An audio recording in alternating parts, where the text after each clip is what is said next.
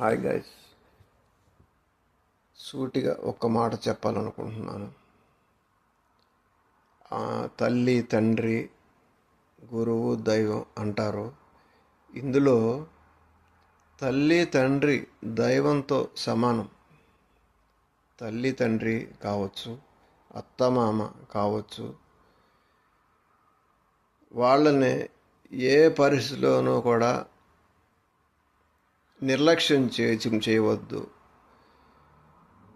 ప్రత్యేకించి సింగిల్ పేరెంట్గా ఉన్న వాళ్ళ లైఫ్లో వాళ్ళ పార్ట్నర్ను కోల్పోయి లోపల వాళ్ళు మనోవ్యధతోనే ఉంటుంటారు. వాళ్ళు అట్లీస్ట్ పిల్లలు కూడా వాళ్ళ పట్ల సభ్యతతో ఉండకుండా వాళ్ళని అశ్రద్ధ చేస్తూ ఉంటే ఆ బాధను వాళ్ళు ఎవరికి చెప్పుకోలేని పరిస్థితిలో ఉంటుంటారు. వాళ్ళు ఒకానొక రోజున వాళ్ళ తాతయ్య వాళ్ళు కావచ్చు, వాళ్ళ నాన్న వాళ్ళు కావచ్చు, ఈ రోజున మేము కావచ్చు, రేపు మీరు కూడా వృద్ధాప్యంలోకి వెళ్ళాల్సిందే, తప్పదు. అది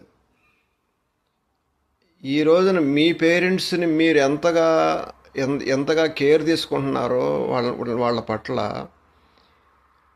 రేపు మీరు కూడా మా పొజిషన్లోకి వస్తే మీ పిల్లలు మీ పట్ల ఎలా ఉంటారో తెలుస్తుంది మీకే. అప్పుడు అరే, మా నాన్నని మమ్మని మేము ఇది ఇలా చేసామా, మాకే ఇంత బాధ అనిపిస్తుందంటే రేపు ఆలోచించినప్పుడు మా అమ్మ నాన్న వాళ్ళు ఎంత బాధపడి ఉంటుండొచ్చు, ఎంత తప్పు చేశాము అని మీరు ఫీల్ కావాల్సిందే.